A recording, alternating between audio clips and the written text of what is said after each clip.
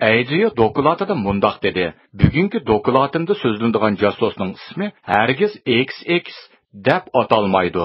Sababi nima deganda, bu jasus XX deb atalsa, u yana o'z qilmishini yoshirib qola oladi.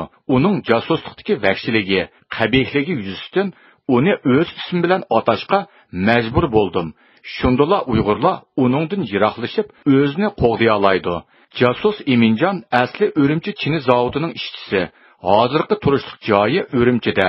O'zi vijikrak kelgan, oq pishmoq, yuzi so'zinchoq, qo'riq bosgan, Malayziyadagi Uyg'urlarni aldab, o'zini Xitoydan qochib chiqqan vatanparvar Uyg'ur deb tanishtirgan.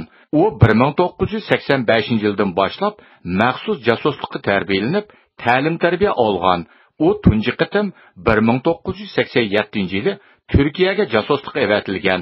Turkiyada 1 yil turib, Turkiyadagi barliq Sharq Turkiston mustaqillik harakatiga oid uchurlarni vaqti-vaqtida yo'llab turgan. Uning Turkiyadagi vaqtida yo'llagan uchurida mundaq deyilgan: "Rahbarlar, xotirjam bo'linglar. Men bu yerdagi Sharq Turkiston tashkilotlarining ichiga sudek singib kirib ketdim. Hatto ularga yig'lab, chet elga o'qishga chiqish uchun uydagi barliq mol bisotimni setib chiqdim" deb yolg'ondan so'zlasam, Turkiyadagi Uyg'urlar ta'sirlanib ketib, menga pul yig'ib berdi. Aydiyo dokladida Eminjonning nima uchun Turkiyadan Pokistonga yo'tkalganligining sababi ustida to'xtalib mundaq dedi. Jasus Eminjonning Turkiyadan bizga bergan axborotida Pokistonda o'qiyotgan Uyg'ur o'quvchilarning sonining ko'pligini, ularning ichidan bir qism o'quvchilarning Afg'oniston-Pokiston chegarasi atrofida tarbiyalanayotganligini, bularning kelgusida Uyg'ur avtonom rayonga qurolliq hujum qilish ehtimolligining borligini bildirgan edi. Shunga biz uni darhol Pokistonga yo'tkilishga buyruq qildik. Aydiyo dokladida jasus Eminjonning Pokistonda ilib borgan harakati to'g'risida to'xtalib mundaq dedi.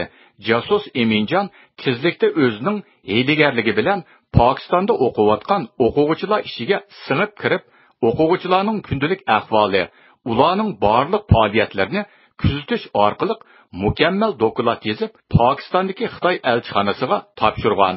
Keyin uning topshirgan axboroti va uning jasuslik harakati oshkorlanib qilib, Pokistonda o'lim xavfiga duch kelib qolganlikdan Islamoboddagi Xitoy elchixonasi uni bir qancha kun qo'g'dab, keyin Beijingdan maxsus Islomobodga evatilgan Xitoy soqchilarining qo'g'dishi bilan salomat Beijingga kelgan.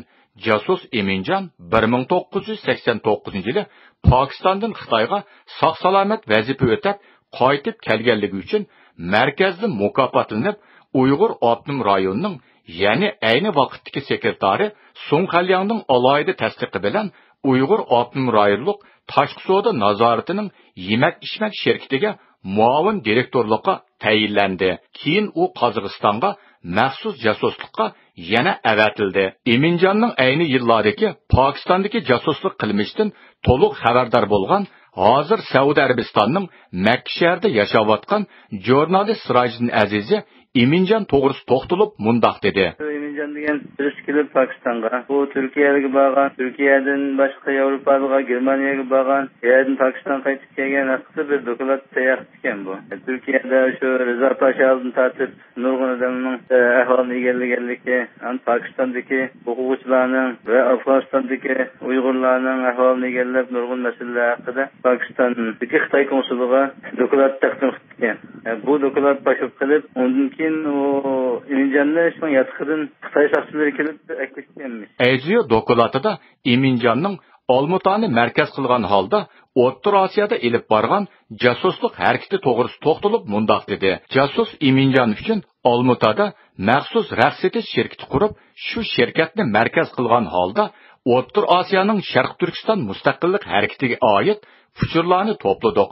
Eminjon o'zining jasuslikdagi mo'l tajribasiga asosan O'rta Osiyodagi Uyg'ur tashkilotlarining ishki ahvolini, Olmutada tijorat qilayotgan Uyg'urlarning iqtisodiy ahvoli to'g'risida bizga vaqti-vaqtida axborot yo'llab turdi.